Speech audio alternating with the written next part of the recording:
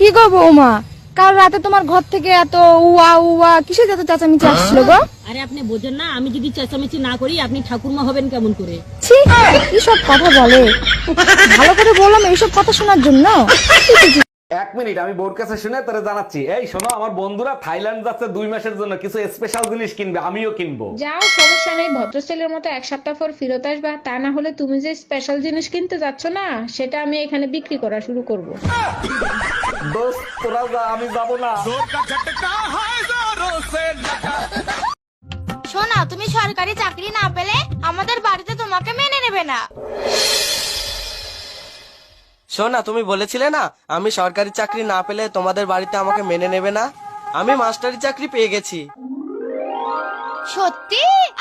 হ্যাঁ সোনা, কিন্তু তোমাকে আর আমার বাড়িতে মেনে নেবে না।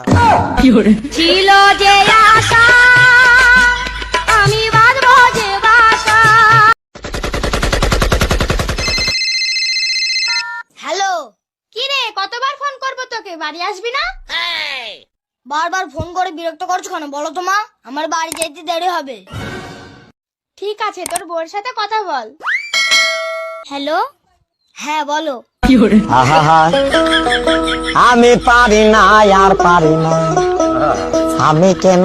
এক মিনিট, আমি বোর কাছে শুনে তোরে জানাচ্ছি। এই শোনো, আমার বন্ধুরা থাইল্যান্ড যাচ্ছে 2 মাসের জন্য, কিছু স্পেশাল জিনিস কিনবে, আমিও কিনবো। যাও, সমস্যা নেই। ভদ্রশীলের মতো এক সপ্তাহ পর ফেরত আসবা। তা না হলে তুমি যে স্পেশাল জিনিস কিনতে যাচ্ছ না, সেটা আমি এখানে বিক্রি করা শুরু করব। দোস্ত তোরা যা, আমি যাবো না।